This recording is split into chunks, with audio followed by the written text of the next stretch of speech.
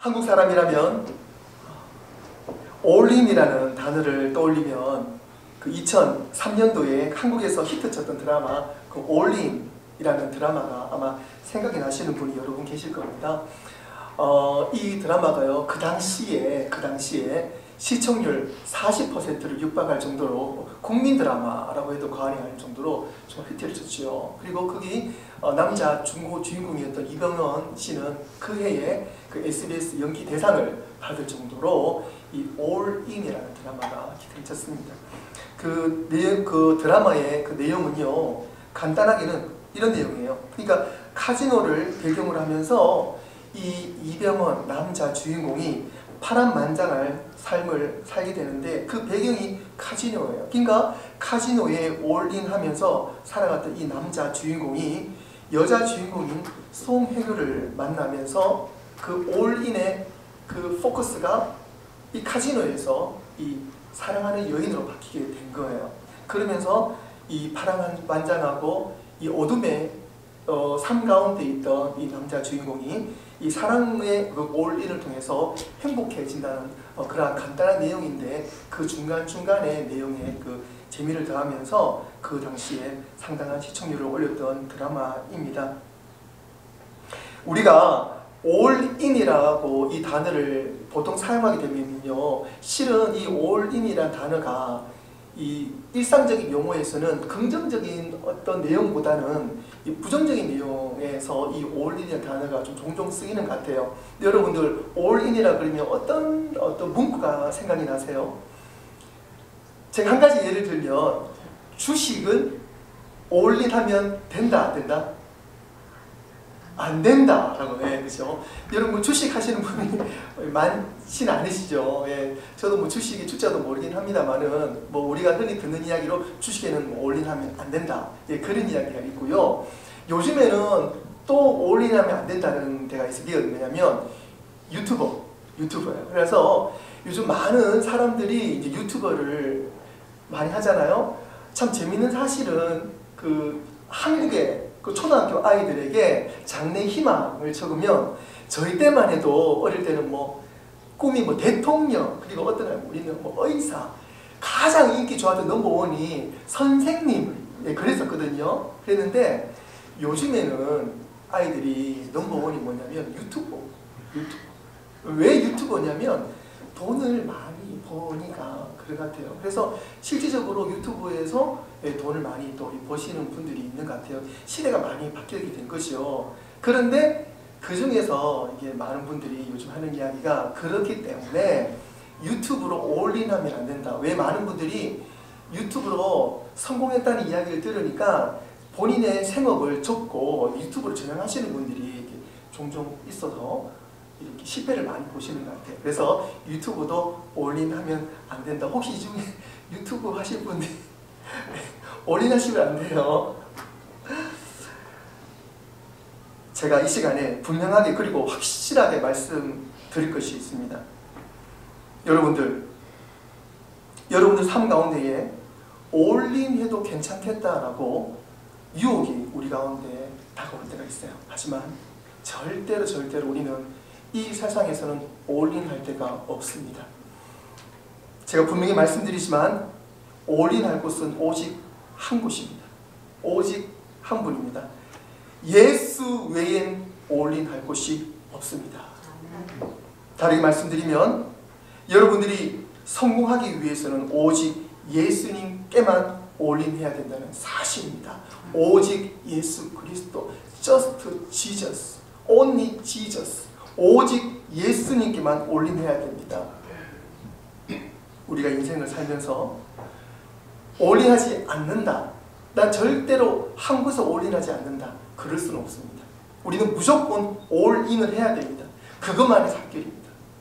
그것은 오직 예수님께만 올인해야 된다는 사실입니다. 요한복음 14장 6절에서 7절에서 말씀하십니다. 우리 함께 읽겠습니다. 시작. 예수께서 이르시되 내가 곧 진리요 생명이니 나로 말미암지 않고는 아버지께로 올 자가 없느니라. 너희가 나를 알았더라면 내 아버지께로 알았으리로다. 이제부터는 너희가 나를 알았고 또 보았느니라. 아멘. 예수님께서 이르시되 내가 곧 길이요 진리요 생명이니 라고 말씀하십니다. 오직 예수 그리스도만이 길이 되십니다. 나의 앞날에 나아갈 길이 되십니다. 우리에게는 여러 가지 길이 있지만 그 여러 가지 길 중에서 오직 한 길만이 생명의 길입니다. 그것은 예수 그리스도의 길입니다. 아멘. 우리는 그 길만 가야 됩니다. 아멘. 그 길을 바라봐야 돼요. 오늘 요한 사도 분명히 말씀하십니다. 오직 예수 그리스도만이 길이 되십니다. 주님, 오늘 저에게 길을 열어주십시오. 하나님, 오늘 저에게 그 길을 갈 수 있는 문을 보여주십시오. 주님 말씀하십니다. 그 길이 나야. 우리가 죽어도 예수 앞에 죽어야 되고요. 아멘. 살아도 예수 앞에 살아야 됩니다. 우리는 예수 그리스도만이 나의 길이라는 그 목숨 걸린 이 단어, 이 말씀, 그 생명의 단어를 가지고 우리는 품고 살아야 돼요. 분명히 주님은 나의 길이요, 우리의 진리요. 세상에 많은 철학들이 있지만, 많은 이론들이 있지만 그보다도 가장 중요한 진리는 오직 예수 그리스도라고 말씀하십니다. 그리고 나의 생명도 마찬가지입니다. 주님, 내가 죽어도 주님 안에 죽고 내가 살아도 주님 안에 살겠습니다. 이 고백을 할 때 우리는 살 수가 있습니다. 그것은 예수 그리스도께서 생명이라고 분명히 말씀해 주셨습니다. 우리가 아름답다라는 단어가 있어요. 네, 우리 아름답습니다. 네, 아름답습니다 하죠. 자, 여기서 우리 많은 가정, 우리 부부가 계시는데, 자, 남편은 누구에게 아름답다라고 말을 해야 될까요? 누구에게? 아내. 자, 우리 아내는 누구에게 아름답다고 말을 해야 될까요? 남편에게. 자, 우리 자식은 우리 부모님에게 아름답습니다. 부모님은요, 뭐 말할 것도 없죠. 부모님은 우리 자녀들 아름다울 수밖에 없어요. 이것이 뭐 쉬운 뭐 표현으로 아름답습니다, 그럼 뷰티풀 이 정도 의미가 아닙니다. 실은요, 아름답다란 말에는 어마어마한 내용이 있어요.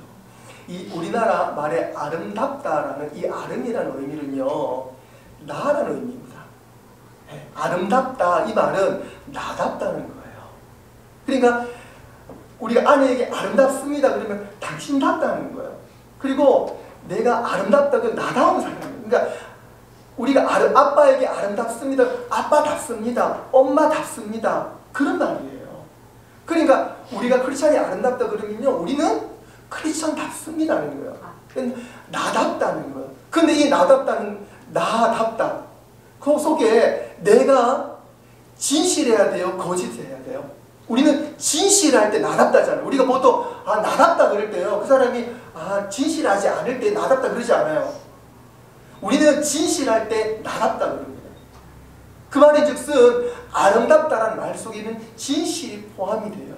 그 아름답다에는요, 거짓이 없습니다.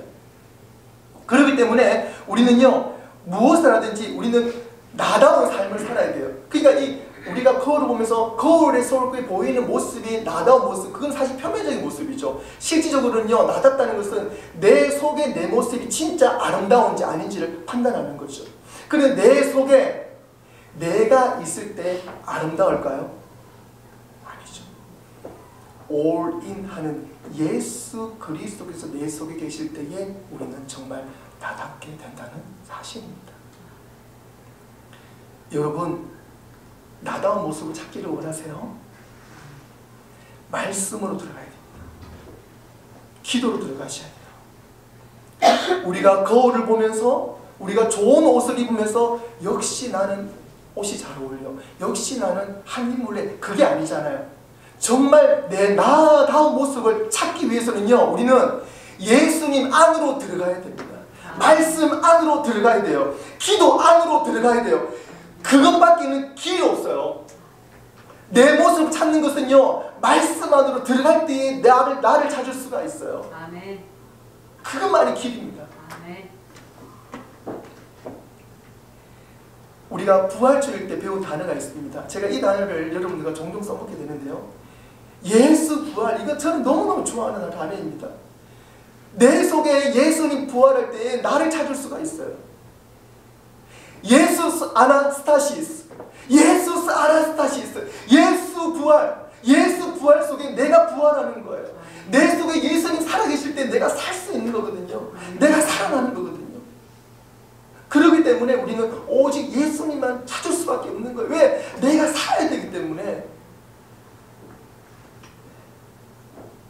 우리는 예수님께 올인해야 됩니다. 아멘. 그래야 나를 제대로 볼 수가 있습니다.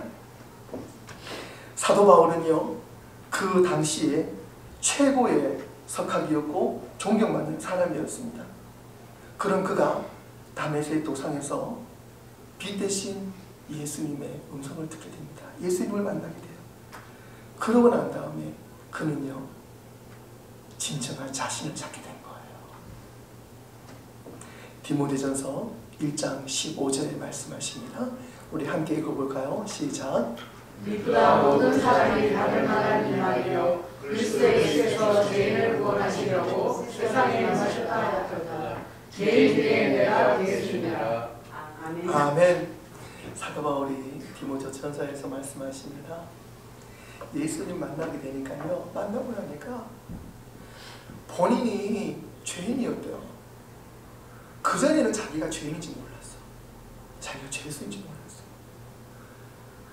예수님 만나고 나니까 세상 사람들 존경받는 게 아니라 예수님을 죽인 본인이, 예수님을 죽인 죄인이 본인이었다는 것을 알게 된 거예요. 예수를 만나고 나니까. 그러면서 사도 바울이 이런 고백을 합니다. 죄수 중에 괴수, 죄수 중에 괴물이었대요. 본인이에요. 많은 죄수 중에 본인이 괴물이었다는 거예요. 괴수였다는 거예요. 이 고백이요, 그냥 나오는 고백이 아니에요. 내 속에 예수 그리스도로 예수님이 들어오시고 나니까 그 고백이 그냥 나오는 거예요. 그런데 그 고백이 나오면서 회개가 나오는 거예요. 그 고백이 나오면서 내 삶 가운데 진실이 나오는 거예요. 그 고백이 나오면서 내가 참 기쁜 거예요. 왜 그러냐니까 내 속에 있던 거짓된 영들이 다 떠나가버리고 내 속에 있던 나의 나된 모습을 찾게 된 거예요. 그것은 예수 그리스도를 통해서 나를 찾게 된 것입니다. 사랑하는 성도 여러분, 우리는 예수 그리스도를 통해서만 살아야 됩니다. 그것은 베토벤도 마찬가지죠. 제가 지난번에 말씀드렸지만 베토벤도 마찬가지예요. 그 사람은요, 정말 세상에서 약한 사람이었어요. 음악을 좋아했지만 귀가 들리지 않았어요. 그것 외에도 8가지의 난치병을 달고 산 사람이에요. 그래서 이 사람은 죽고 싶었어요. 그래서 죽기 전에 2번째 자살 시도를 하면서 죽기 전에 정말 죽는 심정으로 기도를 했잖아요. 그럴 때에 그 기도 중에 예수님을 만나게 된 거예요. 어떤 예수를 만나셨냐면 다음에 골고다 언덕에서 십자가에 못 박히신 예수님을 만나게 된 거예요. 그리고 그 사랑의 예수님, 그 피 흘리신 예수님, 그 예수님이 나를 위해 돌아가신 그 예수님을 만나게 된 거예요. 그러고 난 다음에 다시 생명을 얻고 쓴 곡이 우리가 잘 아는 것처럼 감람산의 그리스도라는 아리아 곡을 쓰게 되었고, 그 뒤에 우리가 알고 있는 정말 세기의 명작들을 곡을 쓰게 된 거예요. 예수님을 만났을 때에 진정한 본인을 찾게 된 거예요. 사랑하는 성도 여러분, 우리 한빛교회 성도님들은요, 우리 교회 이름만큼이나 예수 그리스도의 빛을 받는, 예수 그리스도의 생명의 빛을 가지고 사는 저와 여러분 되실 줄로 믿고 확신합니다. 아멘. 예수님만이 나의 빛입니다. 네. 예수님만이 나의 생명 되십니다. 오직 저는 예수님만 저의 올인 하시는 분이십니다 하는 고백이 끊이지 않는 저와 여러분 되시기를 주님의 이름으로 축원합니다. 아멘. 네. 두 번째로는요, 예수님께 올인 해야지 우리 가정이 살아납니다. 요한복음 1장 1절에서 4절 말씀 우리 함께 읽어보도록 하겠습니다. 시작. 첫째 말씀이 계시니라. 이 말씀이 하나님과 함께 계셨으니 이 말씀은 하나님이시니라. 그가 첫째 하나님과 함께 계셨고 만물이 그로 말미암아 지은 바 되었으니 지은 것이 하나도 그가 없이는 것이 없느니라. 그 안에 생명이 있었으니 이 생명은 사람들의 빛이라. 아멘. 연력학, 우리 사이언스 과학 연력학 용어 중에 엔트로피라는 용어가 있습니다. 엔트로피의 반대말이 네게트로피, 일줄여서 이제 네트로피라 그러는데요. 쉽게 말씀을 드려서 엔트로피는 무질서, 그리고 네트로피는 질서를 이야기합니다. 그 엔트로피는요, 그 무질서인데 이 엔트로피는 어떤 에너지냐면 흩어진 에너지를 말을 하는 거예요. 그래서 원래 이 에너지는요 한 곳에 모아져야 됩니다. 한 곳에 질서 있게 모아졌을 때에 우리가 흔히 국도 끓이고 뭐죠? 라면도 끓이고 우리가 이제 초를 피우면 초도 이렇게 올라오고 에너지는 그렇게 있어야 되는데 이 엔트로피를 무질서한 이 에너지를 통해서 우리의 환경과 살림이 파괴가 되는 것입니다. 그래서 우리 이 엔트로피는요, 이 에너지를 이 엔트로피, 해로운 이 에너지는요, 우리의 이 자연계, 우리의 삶을 파괴하게 되면서 우리가 흔히 지금 살고 있는 이 세상 이슈 가운데 환경 오염, 환경 공해 이렇게 할 때 그 에너지가 온전히 자리 잡지 못할 때에 환경 오염으로 가게 되는 것입니다. 마찬가지입니다. 우리 인간의 삶도 이 엔트로피, 네트로피와 직접적으로 연결되어 있습니다. 그래서 우리 인간의 이 욕심, 이 탐욕, 이 무절제, 이것을 우리는 엔트로피라고 말을 합니다. 그래서 우리가 예수 그리스도를 만나지 않는 상태를 우리는 엔트로피 상태라고 말을 합니다. 그 상태는요, 우리의 기분대로, 감정대로, 생각대로 움직이고 말입니다. 기준이라는 게 없어요. 열심히 할 때도 있고 열심히 안 할 때도 있고요. 그리고 무엇보다도 이 엔트로피 상태는요, 마지막 결말은 죽음입니다. 파괴입니다. 우리는 예전에 엔트로피 삶을 우리가 잘 알고 있어요. 하지만 우리의 네트로피 되시는 예수 그리스도, 우리의 질서 되시는 예수 그리스도를 만날 때에 엔트로피, 무질서의 삶에 있던 우리는 네트로피, 예수 그리스도에서 네트로피의 삶으로 들어오게 되는 것입니다. 우리가 흔히 정상적인 에너지를 우리는 네트로피라고 하는데, 사랑하는 성도 여러분, 우리 가정도 마찬가지입니다. 하나님께서 세우신 우리 가정도 네트로피 가정이 되어야 돼요. 아빠나 엄마나 우리 자녀나 어느 가족이라도 네트로피 상태가 있잖아요. 그러면은 그 가정이 삐끄덕삐끄덕거릴 수밖에 없어요.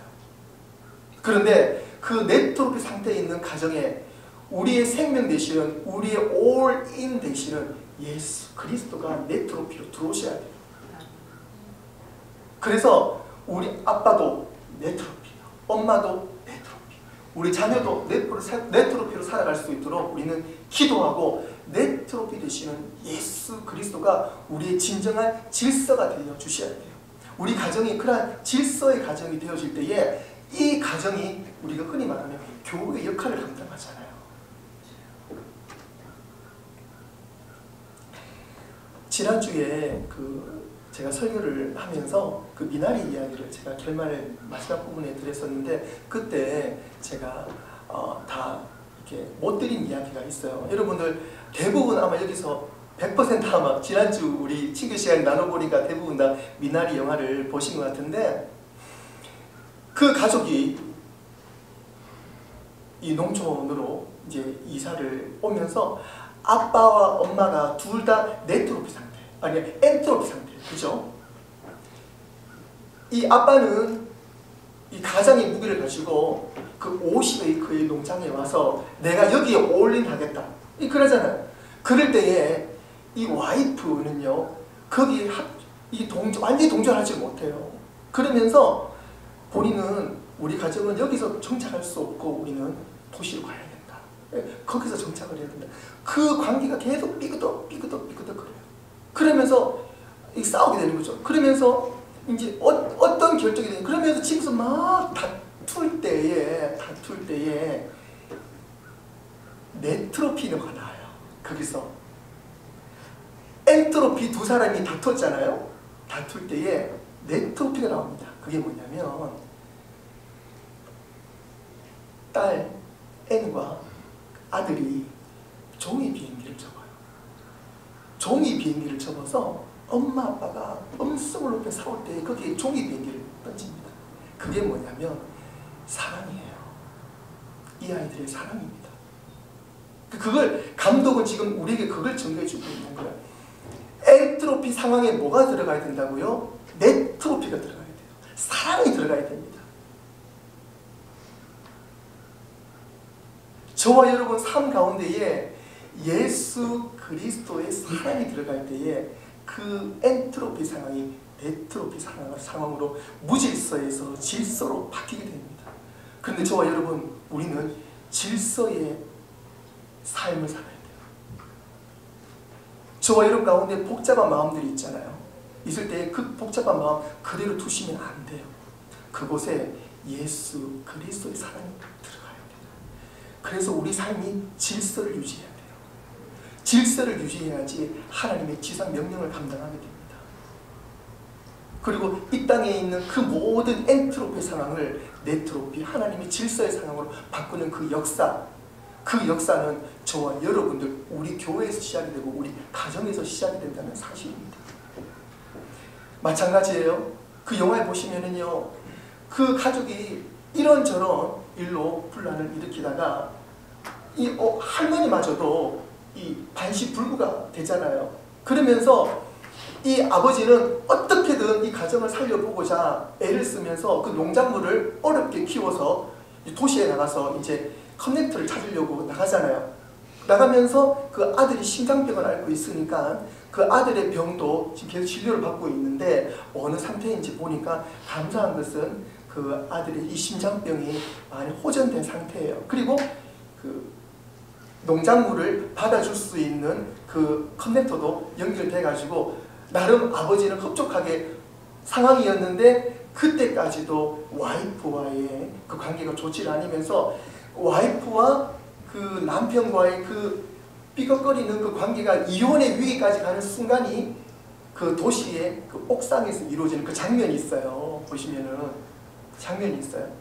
그러면서 그 동일한 시간에 할머니께서 어떻게든 가족을 또 도와주려고 그 반신불구지만 이렇게 어렵게 움직이시다가 그 농작물을 넣어놓은 창고에 그 불이 옮겨 붙는 그런 상황이 되면서 그 드라마에서 가장 상황적으로는 최악의 상황, 지금까지 어렵게 이 일들을 일궈왔던 그 농작물과 그 모든 것들이 다 타버리는 그 마지막 순간까지 가버려요. 그런데 사랑하는 성도 여러분, 여기에 하나님의 역사하심이 있습니다. 저와 여러분 상황이 혹시 그 밑바닥까지 가셨나요? 내가 모든 것을 올인해서 넣었던 내 인생의 그 꿈이 완전히 무너진 상황까지 있으신가요? 그런데 그 상황에서 그 부부는요, 모든 것을 포기하게 돼요. 모든 것을 내려놓게 됩니다. 내가 네트로피라고 생각했던 그 고집스러움이 결국은 엔트로피가 되었었고요. 서로 내 것이 옳다고 주장했던 그 갈등의 상황들이 그 불로 인해서 모든 것을 다 내려놓게 되는 거예요. 그리고 그 부부가 그 불로 인해서 하나가 됩니다. 그리고 그 전에 아이들이 그 할머니를 싫어해요. 냄새 난다 그러고 막 싫어해요. 그런데 그 불로 인해서 그 아이들이 할머니에게 달려가요. 할머니 어디 가? 할머니 같이 살아. 그러면서 그 불이요, 우리에게는 가장 최악의 상황인 것처럼 보이는데요, 사실은 그 불은 하나님께서 우리에게 허락해 주시는 삶의 전환점이 됩니다. 그래서 그 불로 인해서 온 가족이 새로 시작이 되는 거예요. 그래서 그 영화를 보면요, 따뜻해요. 그런데 여러분 그거 아세요? 그 영화에 예수님이 나와요. 영화 여러 주인공이 있는데 그 중에 안경 두껍게 쓰시고 미국 할아버지 있잖아요. 그 폴인데요. 그 유명한 배우잖아요. 그 윌 패턴, 유명한 배우인데 그 사람이 거기서 조연으로 나오는데요. 그 사람 보면서 저는 예수님을 보았어요. 그 폴이 그 아빠를 도와주잖아요. 그러면서 이 아빠는요, 이 농작물을 어떻게 키워보려고 막 여러 가지 애를 쓰면서 이 폴에게 화도 냅니다. 근데 폴은요, 그걸 다 받아줘요.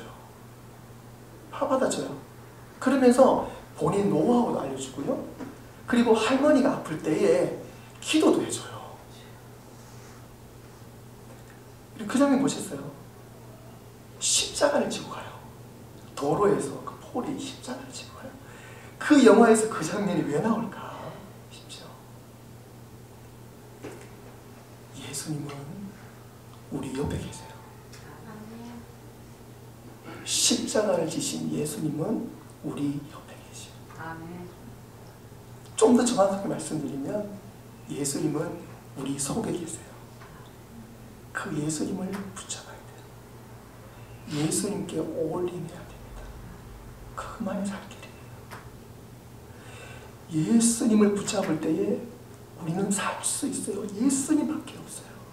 사랑하는 한빛 가족 여러분, 사랑하는 한빛 성도 여러분, 지금까지 우리가 잡아왔던 그 어떤 것도 이 시간 다 내려놓으시기 바래요. 우리가 잡을 분은 오직 한 분, 예수 그리스도. Just Jesus. 예수님 한 분만 잡을 때 우리는 오늘 다시 일어날 수 있습니다. 살 수 있습니다. 고린도후서 5장 17절 우리 함께 봉독하겠습니다. 시작. 그런즉 누구든지 그리스도 안에 있으면 새로운 피조물이라 이전 것을 지나갔으니 보라 새 것이 되었도다. 아멘. 우리 다 함께 오른손을 우리 가슴에 한번 올려보시고요.